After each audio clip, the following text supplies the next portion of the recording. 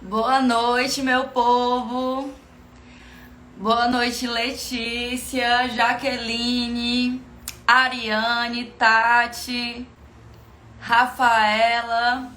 Vamos entrando. Já temos quase 50 pessoas. Jesse, boa noite, meu bem. Boa noite, Ângela. Gente, vocês estão animados para a live de hoje? Eu tô super animada para essa live, apesar de que eu tô com a garganta arranhando aqui, vou precisar ficar tomando água direto e talvez minha voz falhe um pouco, eu não sei porquê. Há pouco tempo atrás eu fiquei assim, há poucas horas atrás eu fiquei assim. Mas vai dar tudo certo. Boa noite, Thalia, Aline. Vamos esperar só mais um pouquinho pra galera entrar.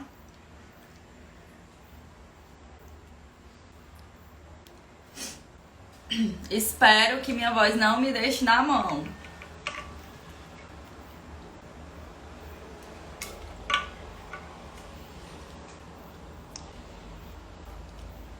Boa noite, Priscila. Olha aí, direto do plantão, a Priscila pra estudar, é isso aí.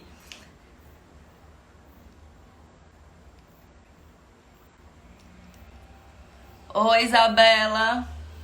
Gente, aproveitando, enquanto a gente espera que a galera chegar, quero saber de vocês, como é que vocês se consideram nessa disciplina de avaliação nutricional? Vocês se consideram em relação a questões, em relação a aprendizado, ruins?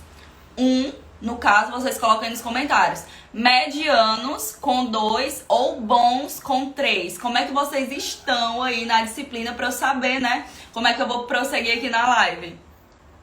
1 ruim, 2 mediano e 3 bom. Como é que vocês estão?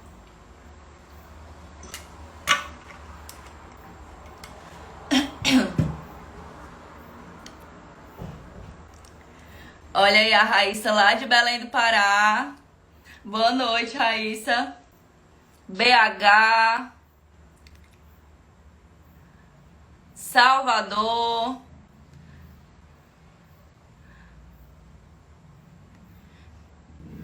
E aí, meu povo, coloquem aí como é que vocês estão nessa disciplina de avaliação nutricional. 1, 2, 1. 1, 2. Pronto, ó, vamos melhorar. Hoje eu vou dar várias dicas pra vocês e eu acho que vai ajudar bastante pra vocês conseguirem rever o conteúdo depois já com outro olhar. Então acho que vai ser muito bom pra vocês. 1, 2, a maioria, né, tá colocando ou 1 ou 2. Dificilmente eu acho que não teve ninguém que colocou 3 aqui ainda, né? Pronto. Pronto, já sei como é que vocês estão aí na disciplina, vou explicar pra vocês bem direitinho essas questões, pra vocês saírem daqui sabendo esse conteúdo aqui que tá nas questões. Perfeito. Vou aguardar só mais um minutinho. 8h05 a gente começa.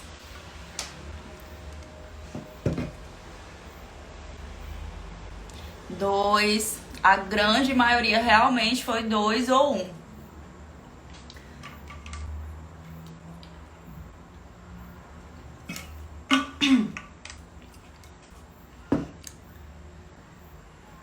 Olha aí, tem gente lá do Pará, Rio de Janeiro, todos os estados aqui, hein? Só chove 1 e 2, Lorena, exatamente. Gente aqui de Goiás, Alagoa. Menina, amei saber de onde é que vocês são. Teresina, Piauí. Vamos lá, né, meu povo? Bora começar a nossa live 8h05. Vou começar, como sempre, colocando aqui sobre referência. Referência para estudar a avaliação nutricional. Vamos lá. Ó, Gente, hoje eu trouxe pra vocês só uma referência, tá? Por que que eu trouxe uma referência? Porque o conteúdo de avaliação nutricional costuma estar muito segmentado na literatura. A gente tem muitos públicos diferentes, né? Então, documentos, livros que costumam ser cobrados em provas são vários. Se você for pensar, por exemplo, gestante, tá na Vitolo ali, por exemplo, tem documento que vai trazer a avaliação nutricional da criança. Então tem vários documentos mesmo. E aí, para não ficar muito misturado, eu trouxe para vocês um livro que cobra aí de forma geral, né, a avaliação nutricional. Eu particularmente ainda não tenho esse livro, eu comprei hoje, inclusive. Mas muita gente diz que esse é um livro muito bom, certo? Então eu coloquei aqui como indicação para vocês darem uma olhada depois, né? Terem acesso. Depois eu inclusive vou mostrar em mais detalhes nos stories. Quando chegar, vou dar um feedback para vocês em relação a esse livro, tá? Mas no momento, indicação de referência de avaliação nutricional, esse livro aqui, certo? Podemos passar para as nossas questões? Vamos lá? Vou colocar aqui a primeira questão já para vocês, pra gente conversar.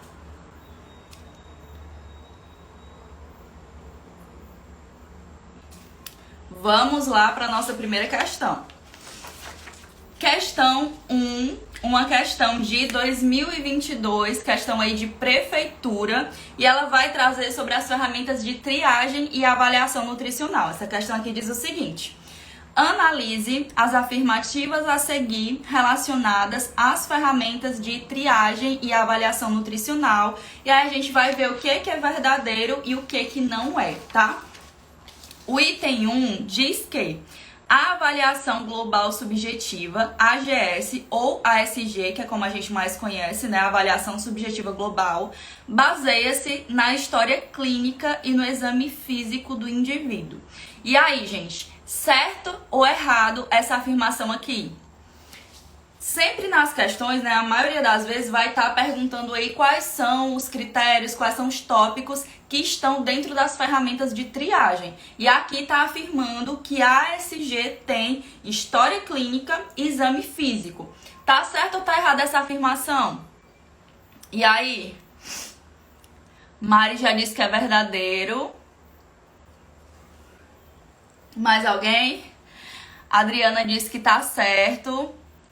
Pronto, gente, essa informação aqui tá verdadeira. A ASG vai ser baseada em duas partes, né? Que é justamente essa de história clínica, que vai trazer perda de peso, alteração da ingestão, capacidade funcional, estresse da doença, e a parte de exame físico, que vai estar lá direitinho e que você vai atribuir aí uma avaliação a ela. O nome avaliação subjetiva global já está dizendo, eu vou fazer uma avaliação subjetiva. Então, a depender de quem vai aplicar, esse resultado pode ser diferente, né? Eu não tenho dados objetivos de fato, vão ser dados subjetivos. Então, esse item aqui está correto. História clínica e exame físico. Item 2. Na ASG, o IMC é considerado determinante do diagnóstico nutricional.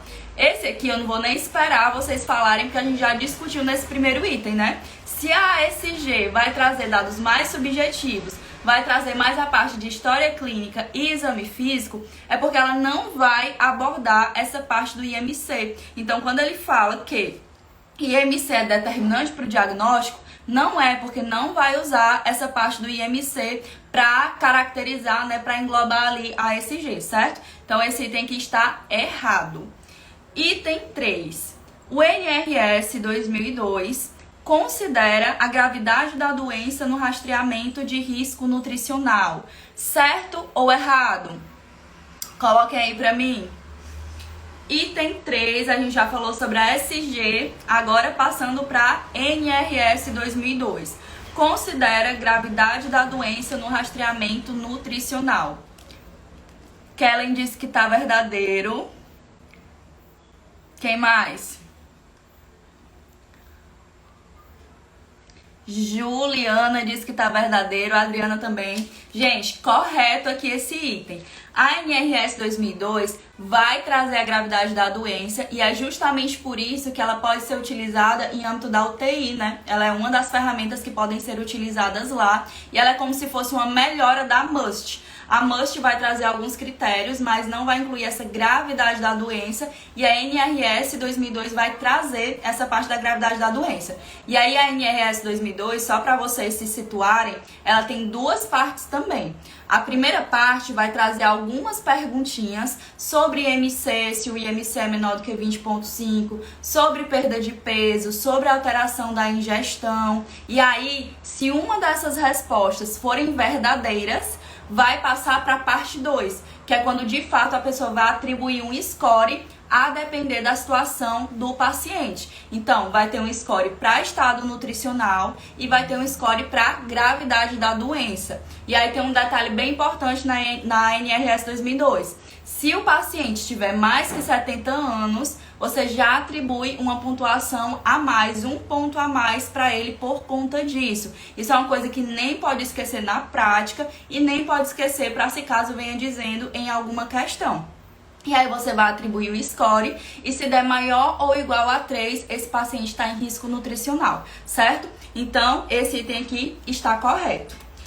Item 4. A minha avaliação nutricional, a MAN, é específica para idosos e inclui parâmetros antropométricos. E aí, gente? Item 4 tá certo ou está errado?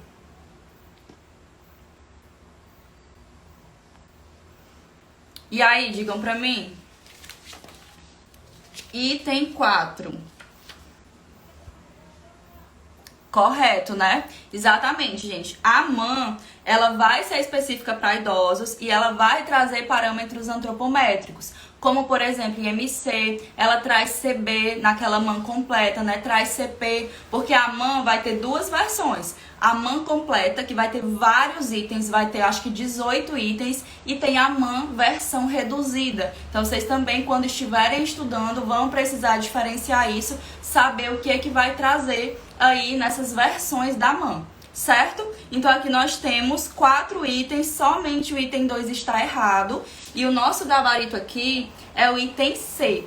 1, 3 e 4 estão corretos. E aí, pra dar a dica pra vocês, gente, quando vocês estiverem estudando ferramentas de triagem nutricional, o que é que vocês vão precisar saber? Qual é o ponto que vocês vão precisar ter mais atenção? É justamente quais são todos os parâmetros, quais são todos os tópicos que estão dentro de cada uma das ferramentas de triagem. É isso que eles vão perguntar nas questões. Então, por exemplo, nessa questão aqui, ele falou que a SG cobrava IMC, né? Tinha IMC na SG. Se você não estudar os parâmetros, você não vai saber. E às vezes eles gostam de trocar. É um parâmetro que tem em uma e eles colocam como se fosse da outra. Então, a principal informação de cada uma que vocês precisam saber é isso. Coloquem todas as ferramentas de triagem e vão descrevendo qual é a característica de cada uma, quais são os tópicos de cada uma. E a indicação também. São as duas principais coisas. Beleza? Posso passar para a próxima questão? Tudo certo aqui? Nosso gabarito aqui, item C, certo? Vou passar para a nossa segunda questão.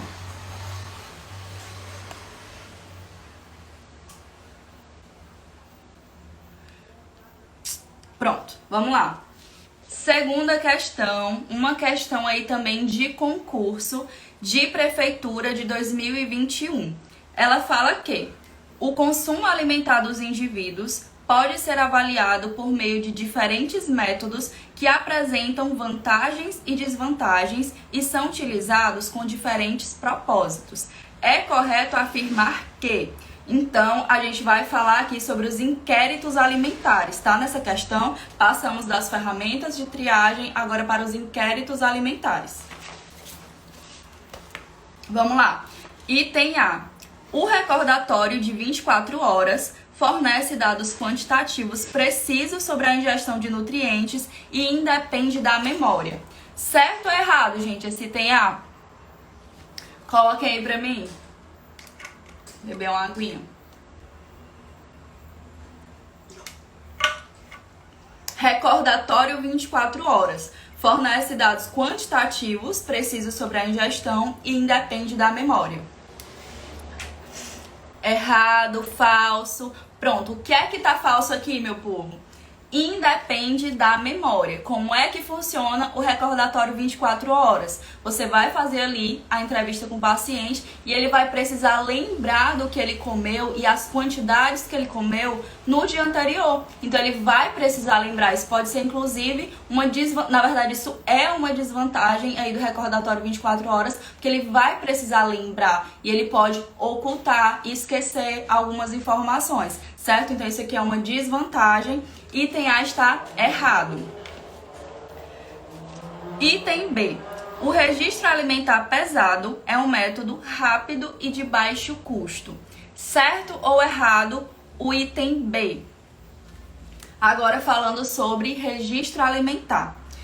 Registro alimentar pesado é um método rápido e de baixo custo. E aí, meu povo?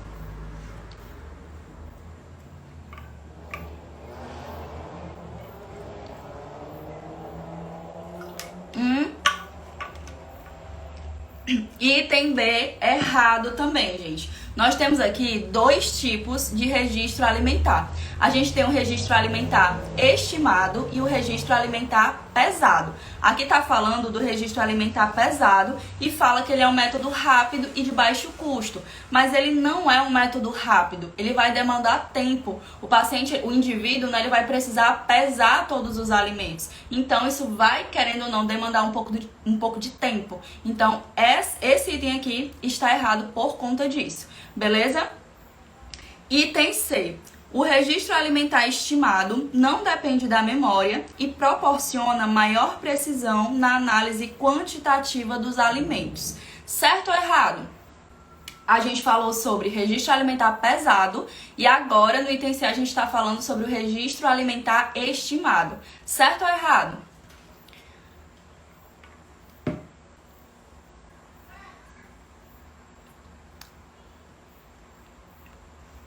E aí? Certo, né, gente?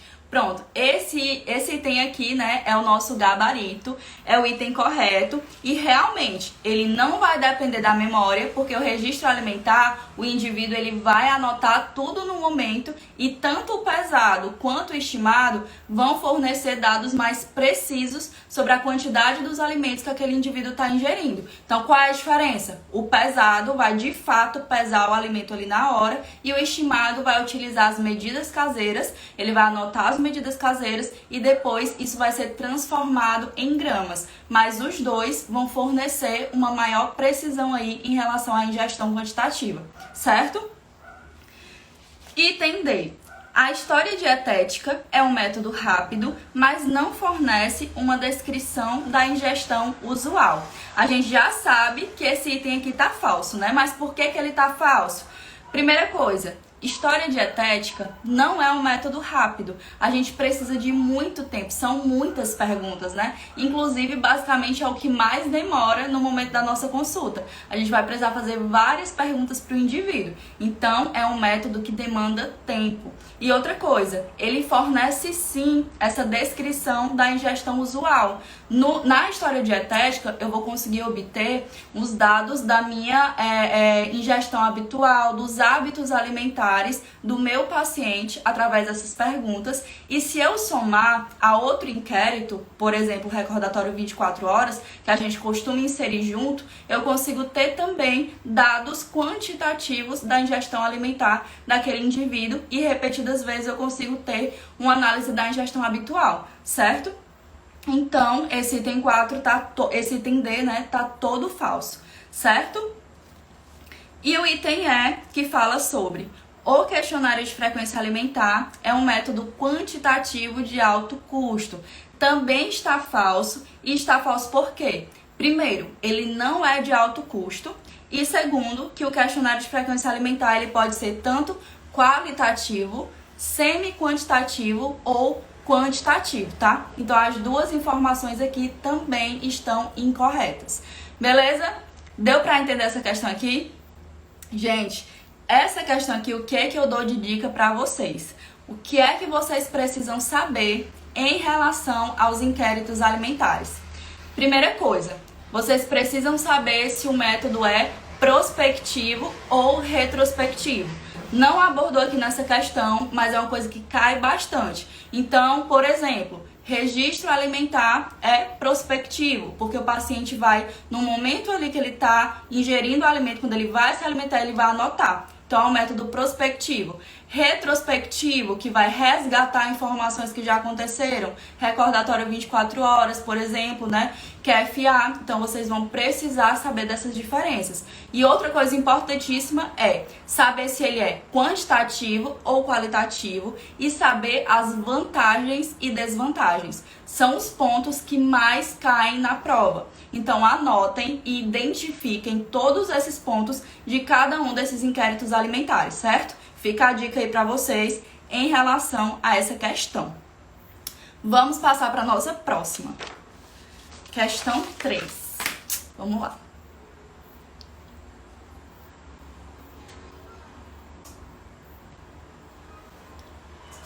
Bora! Essa questão aqui vai falar agora sobre antropometria, tá? Essa questão aqui também de prefeitura e é uma questão de 2022. E aí ela diz o seguinte: da classificação do estado nutricional segundo a adequação da circunferência do braço e da dobra cutânea tricipital, considera-se massa normal CB ou DCT entre. Quer saber o que é que considera massa normal? Item A, 80 a 100. Item B, 90 a 110. Item C, 100 a 120. Item D, 110 a 125. Ou item E, de 120 a 135. E aí, meu povo, qual é o gabarito dessa questão? Vocês sabem? Quem é que consegue me responder?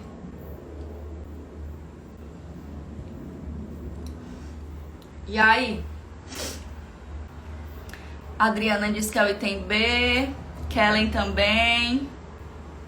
Natália também. Exatamente, gente. Nosso gabarito aqui é o item B. E por que que eu trouxe essa questão para vocês? Tem gente que não imagina, assim, que pode cair isso aqui. Na prática, a gente não vai saber decorado. A gente pode muito bem olhar as tabelas e a gente não vai estar decorando essas informações. Mas na prova pode cair. Essa questão aqui, por exemplo, é uma questão de 2022. Então, tem algumas coisas que vocês podem usar para lembrar dessas informações. Quem vive na prática, né, consegue lembrar muito bem, mas quem não vive pode ter mais dificuldade. Então, o que é que eu costumo usar para lembrar dessas informações aqui dessa tabela? Primeira coisa que eu olho é para a parte da eutrofia, tá? Eu coloquei aqui no material, ó, e vocês vão conseguir ter acesso depois. Primeira coisa que eu olho é para a eutrofia, que é justamente de 90 a 110. E aí as outras classificações normalmente vão de 10 em 10. Se na eutrofia é de 90 a 110, na desnutrição leve, que é o anterior, vai ser de 80 a 90.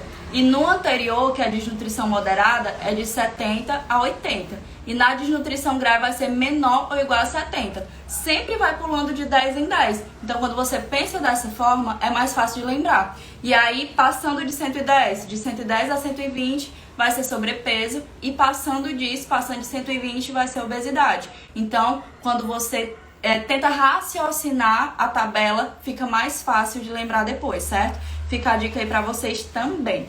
Então, nosso gabarito dessa questão é o item B. Próxima questão, questão 4.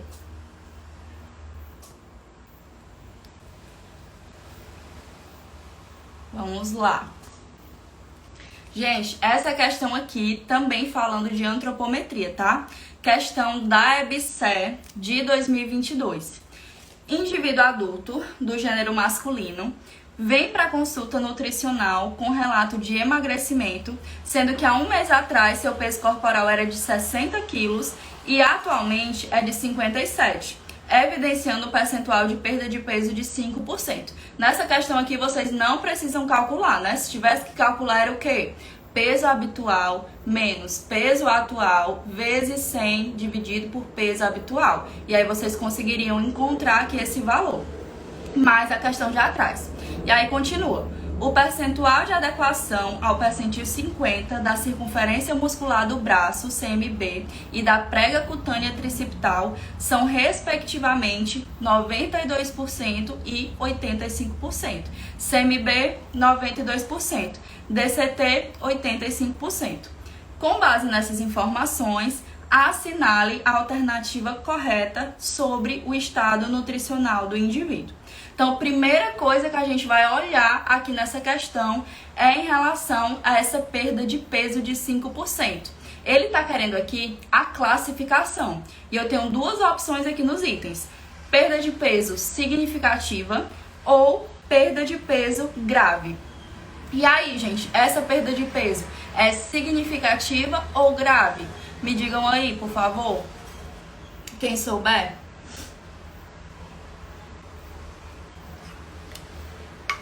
Perda de peso significativa ou grave?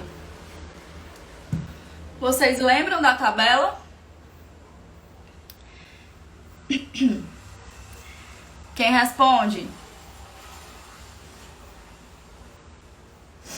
Grave. Quem mais? Significativa.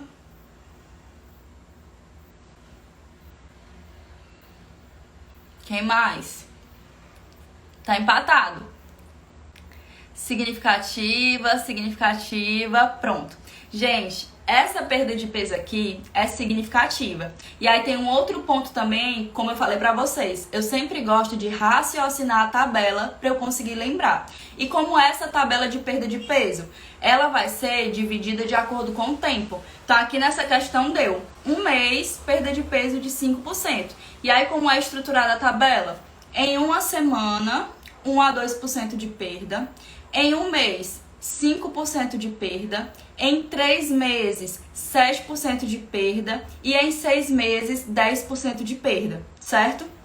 E aí, essa tabela vai ter esse valor padrão. Se eu passo desse valor, eu tenho uma perda de peso grave, certo? Então, se eu tenho o valor exato, é uma perda de peso significativa. E se eu tenho, passando desse valor, eu tenho uma perda de peso grave. Eu não estou passando desse valor, eu estou dizendo exatamente o valor. 5% em um mês. Então, a perda de peso é significativa. Então, memorizem os valores. Dizendo esse valor, você vai saber. Significativa. Passou disso? Grave, certo? De acordo com o tempo.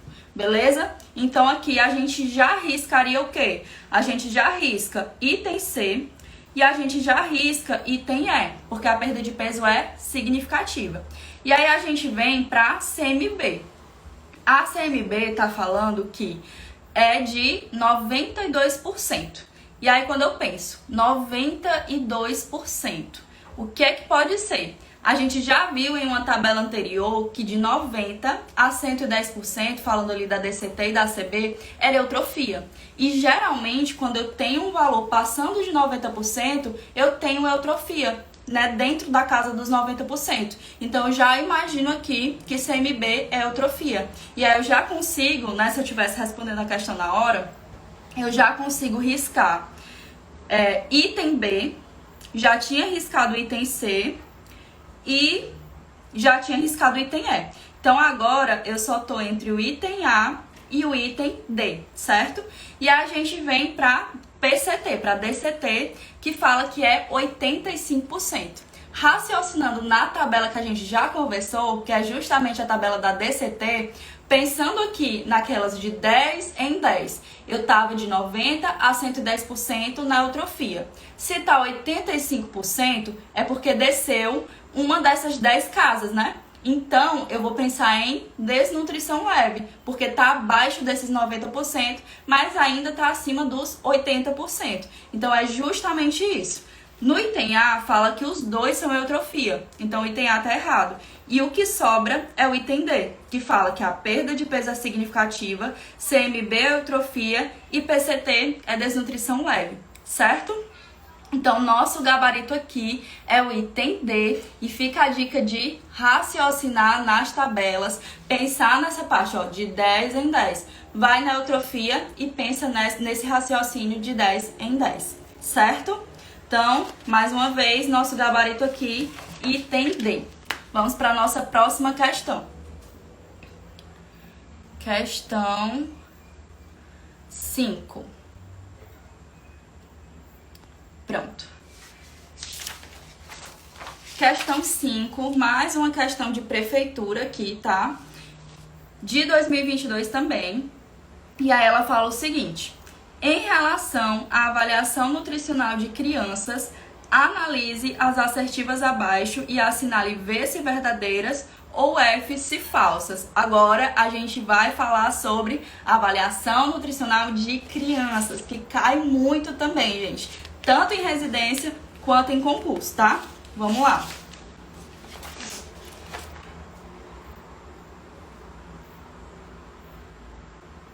Ó, só um minuto aqui. A Lu tá pedindo a tabela de novo. Ó, no material que eu vou colocar lá no canal do Telegram, vão ter as tabelas, tá? Eu coloquei pra vocês, então não se preocupem, certo?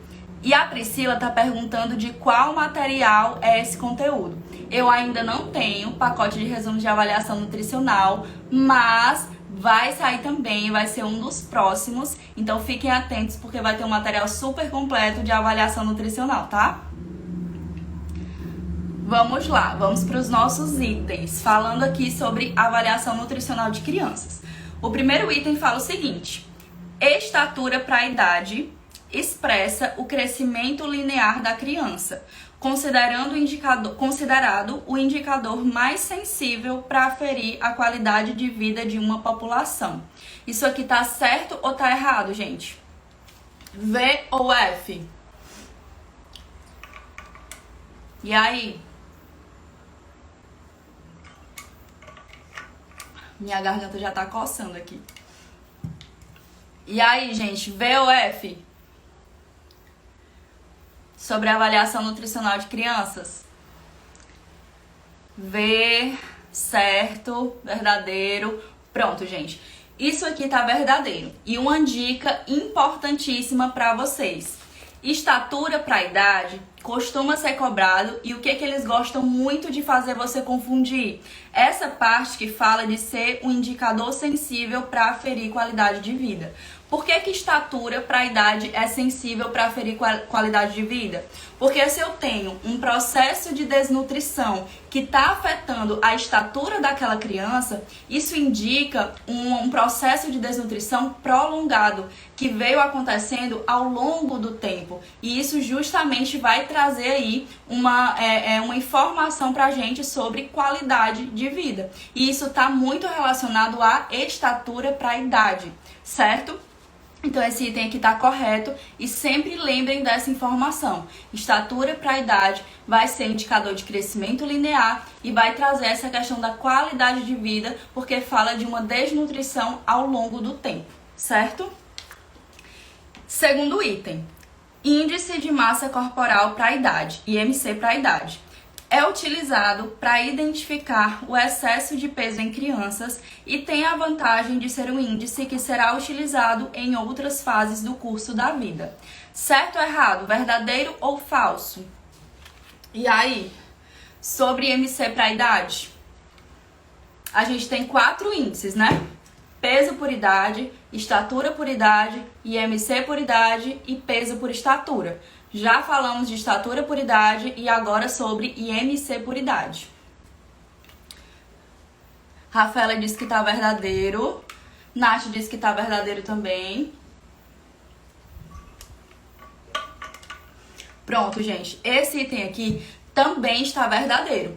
Vai ter um desses índices que vai tratar mais sobre desnutrição e o IMC para a idade vai ver mais essa questão do excesso de peso. E existe essa vantagem que nas diferentes fases da vida a gente vai utilizar o IMC para avaliar o indivíduo, certo? Então, item completamente correto. Próximo. Índice antropométrico peso para a idade. É utilizado principalmente para avaliação do baixo peso.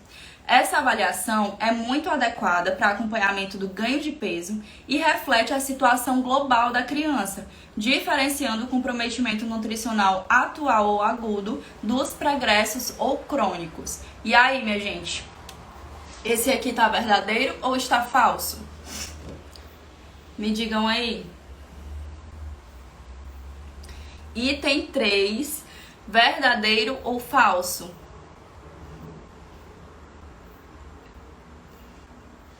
Nath disse que tá verdadeiro, Jamile disse que tá falso, Kellen disse que tá falso, Adriana também. Gente, esse item aqui tá falso e foi justamente o que eu conversei pra vocês no item 1. O que é que ele tá dizendo aqui? Ele tá dizendo que o peso para idade diferencia o comprometimento nutricional atual ou agudo dos pregressos ou crônicos. Mas não, na verdade ele não diferencia. Quem é que diferencia? Estatura para idade. Se eu tenho um comprometimento da estatura da criança, eu tô tendo aí um processo crônico de desnutrição. Agora, peso para a idade, não. Essa criança podia ter um peso adequado há pouco tempo atrás, e aí ela ficou doente, perdeu muito peso. E aí eu vejo aquela criança naquele momento, não fiz muitas perguntas e faço a antropometria dela. O meu peso para a idade pode estar inadequado, mas isso não significa que há um tempo atrás ele estava inadequado também. Deu para entender a diferença? Então, estatura para a idade indica essa cronicidade, mas peso para a idade não indica, certo? Pronto? Oi, Sinara, tudo bom? Uma Nutri lá do hospital, gente, maravilhosa. Certo? Deu para entender esse item aqui? Agora vamos para o nosso último item. O perfil lipídico de todas as crianças deve ser avaliado a partir dos 2 anos de idade. Em vez de ponto de corte fixo para o valor normal, recomenda-se avaliar os níveis de lipídios específicos para a idade e sexo. E aí, gente, está certo ou está errado? Está verdadeiro ou está falso esse item aqui? Digam aí pra mim.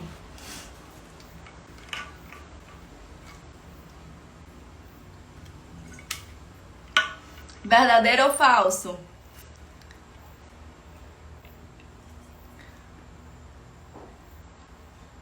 Falso. Quem mais? Falso.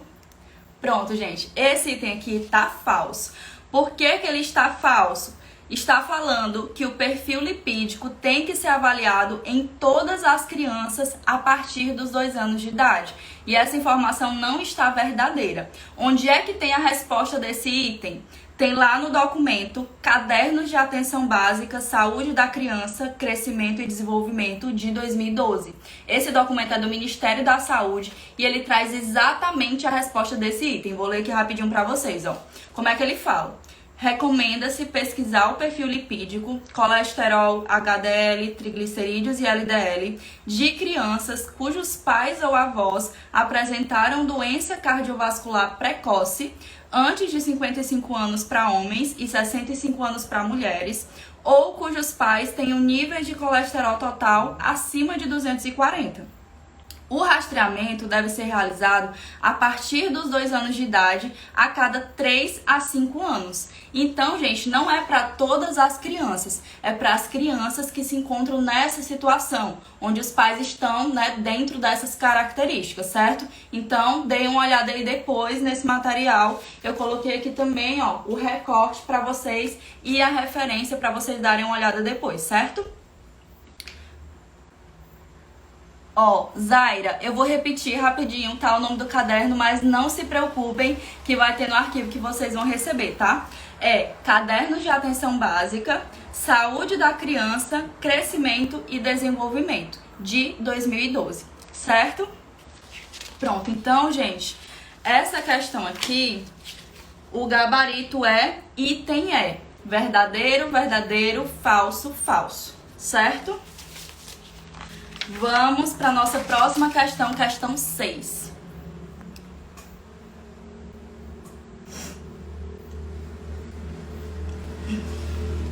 Questão 6, ainda sobre avaliação nutricional de crianças. Fundatec de Prefeitura 2021. O Ministério da Saúde adota as recomendações da Organização Mundial da Saúde quanto ao uso de curvas de referência para avaliação do estado nutricional das crianças e adolescentes. Quando avaliamos o estado nutricional de crianças de 0 a 10 anos pelo ponto de corte de peso para a idade e o diagnóstico for de baixo peso para a idade, teremos quais valores críticos em score Z? Item A, menor do que -3. Item B, menor do que -1. Item C, maior ou igual a -3 e menor do que -2. Item D, maior ou igual a -2 e menor ou igual a +2. E item E, maior do que +2. Qual é o gabarito dessa questão? E aí, gente? Sabem me dizer a resposta? E aí? C, item C, gente, certíssimo, exatamente, o gabarito da nossa questão aqui é item C, maior ou igual a -3 e menor do que -2.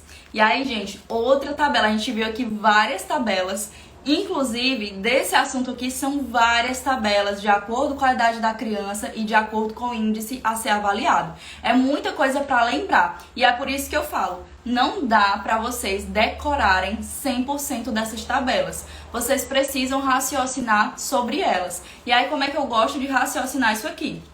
Vai ter tabela que vai diferenciar um pouquinho essa questão do diagnóstico, da classificação.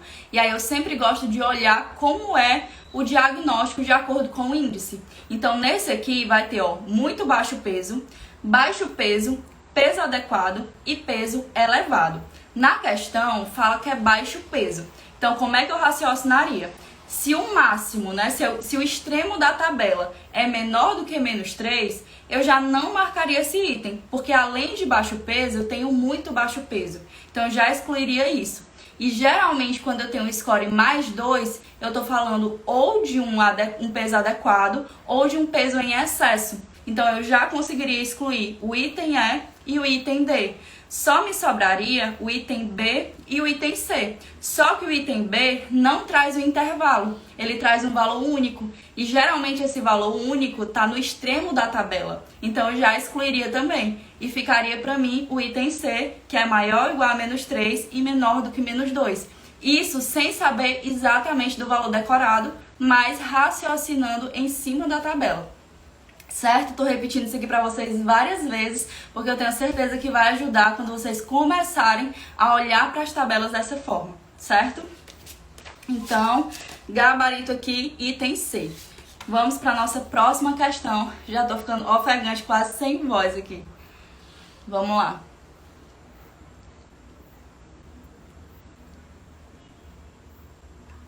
Opa, acho que eu errei. Pronto, questão 7. Beber só uma aguinha.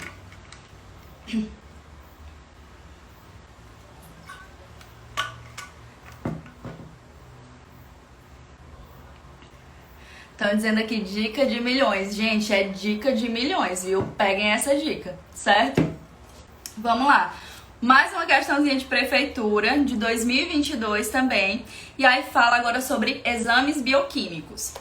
Em relação à albumina, na avaliação e monitoramento do estado nutricional de proteínas, marque a opção correta. Vamos lá.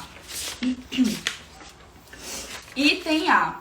É um dos parâmetros bioquímicos mais utilizados na avaliação e monitoramento nutricional por não sofrer interferência de fatores como a condição do volume do paciente e inflamação.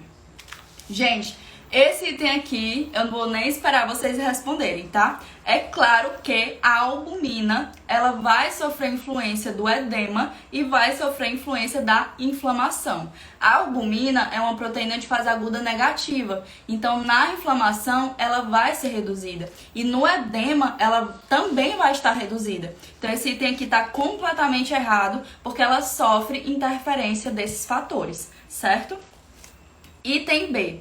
A hipoalbuminemia pode ser utilizada como parâmetro único para o diagnóstico do estado nutricional. pois fornece uma avaliação correta do risco e da condição nutricional do paciente.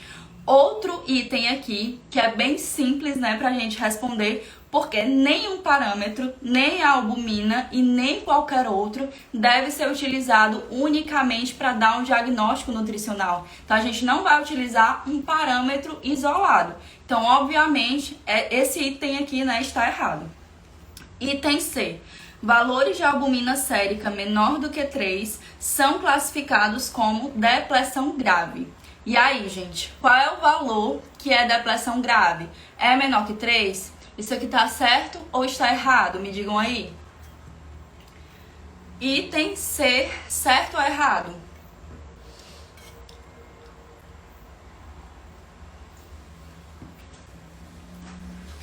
Ui.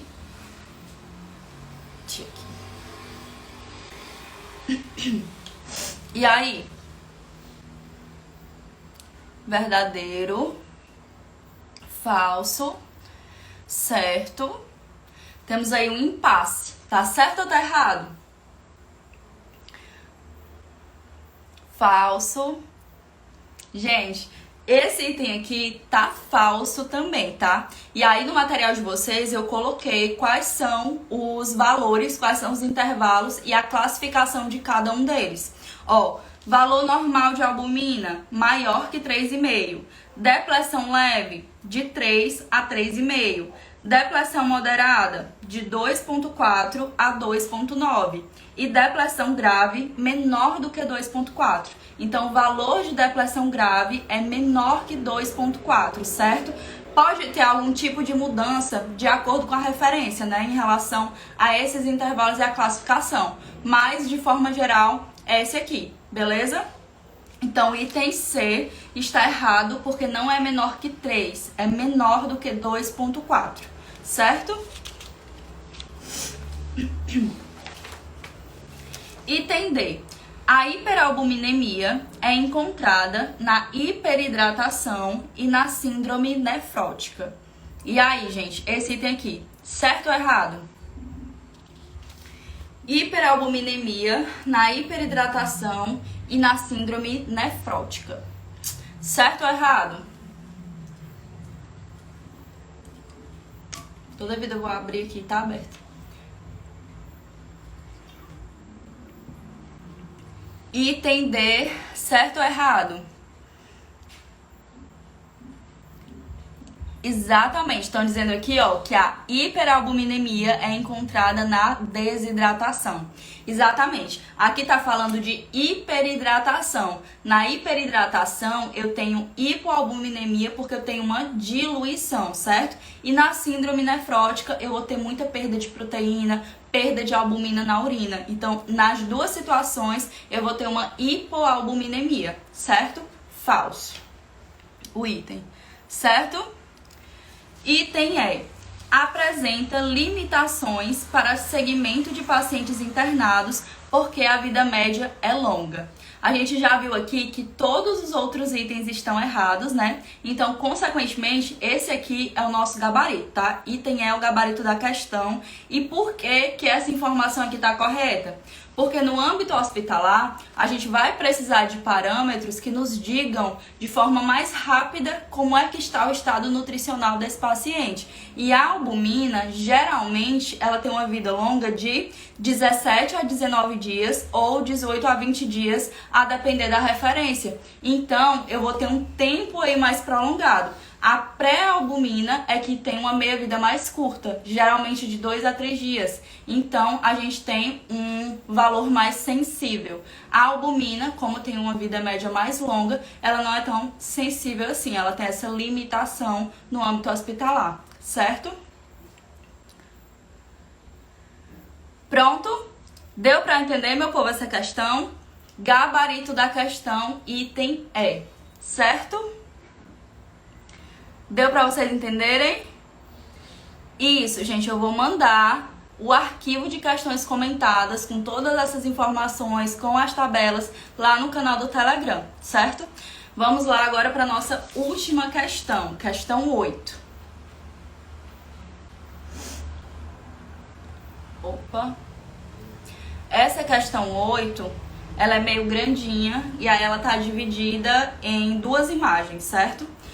Vamos lá. Essa questão aqui fala sobre exame físico, certo? É uma questão de residência de 2021.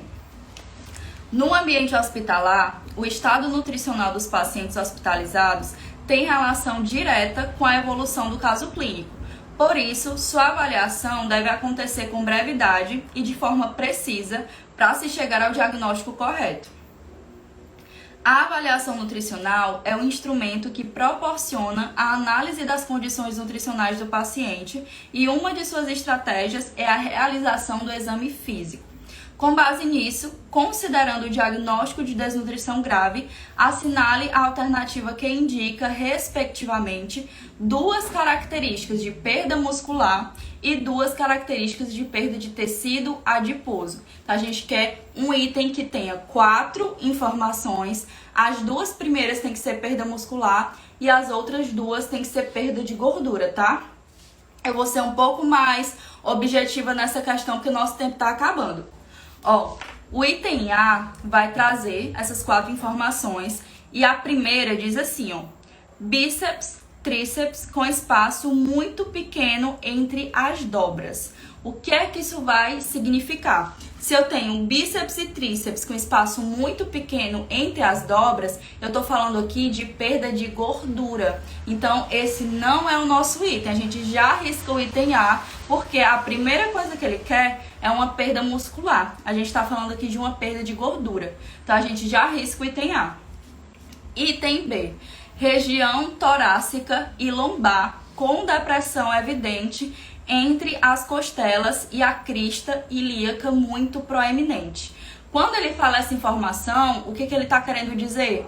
Ele está querendo dizer que a minha dobra cutânea suprailíaca está muito pequena, eu estou tendo perda ali. E isso quer dizer o quê? Que eu estou tendo também uma perda de gordura. Então esse item aqui também está errado, certo? Porque ele quer primeiro o quê? Uma perda muscular, certo? Vamos passar aqui para os outros dois itens. Ó, item C, região temporal com formação de buraco e depressão. Ele tá falando aqui das têmporas. E quando eu tenho essa perda nas têmporas, eu tenho realmente uma perda de músculo, uma perda muscular. Então, esse primeiro ponto aqui tá correto. Segundo ponto que ele fala, bíceps, tríceps com espaço muito pequeno entre as dobras. Aí repetiu aquela mesma informação. Isso aqui é perda de gordura. Então já arrisca esse item. E aí a gente vai pro item D. Região temporal com formação de buraco e depressão. A gente já viu que é perda muscular. Então primeiro tá correto. Região clavicular com osso saliente. Região da clavícula, quando eu tenho essa perda aqui, eu também estou tendo uma perda muscular. Região orbital com círculos escuros e peles soltas. Quando eu tenho essa perda aqui na região orbital, eu estou tendo perda de gordura. Então aqui a gente já está na terceira informação correta. Região torácica e lombar com depressão evidente entre as costelas e crista ilíaca muito proeminente. Aquela informação que a gente já conversou sobre a dobra cutânea suprailíaca, que também é perda de gordura. Então, esse aqui é o nosso item correto. Falou de 2 informações de perda de massa muscular e 2 informações de perda de gordura. E aí o nosso item E tá errado, né? Já na primeira informação já tá falando sobre a dobra cutânea suprailíaca, então aqui tá errado, certo? Nosso gabarito aqui é o item D. E aí no arquivo de questões comentadas, eu coloquei uma partezinha que fala, né? Quais são as partes que geralmente eu tenho aí uma perda muscular, certo? Então aqui questãozinha sobre exame físico pra fechar com vocês. Terminamos nossa live. Tô quase sem voz, meu povo, quase sem ar. 1 hora falando sem parar é complicado. Mas eu espero muito que vocês tenham gostado da live, tá? Eu espero que tenha ajudado. Tentei trazer aí um conteúdo, uma questão, né, de cada conteúdo, uma questão de cada parte, para conseguir conversar com vocês, para dar dica para vocês. Cada questão dessa eu consegui dar algumas dicas. Espero que vocês tenham pegado, espero que tenha ajudado, tá? Eu tenho certeza que principalmente essas questões aí das tabelas, esse raciocínio que eu falei para vocês vai fazer diferença e no dia da prova vocês vão lembrar de mim, tá? Então, gente, muito, muito, muito obrigada pela presença de vocês. Tô olhando aqui os comentários. A Dani tá perguntando como é que faz pra entrar no grupo do Telegram. É só entrar no link da bio assim que terminar essa live, tá bom? Que aí você entra lá e já consegue baixar o arquivo de questões comentadas dessa live e de todas as outras, certo? Gente, compartilhem lá no Instagram, coloquem lá no Story para mais pessoas verem a live, para mais pessoas acompanharem. Isso aqui é muito importante para o crescimento de vocês, para o desempenho de vocês e também para estimular a galera a estudar para residência, tá? Tanto para residência quanto para concurso, certo?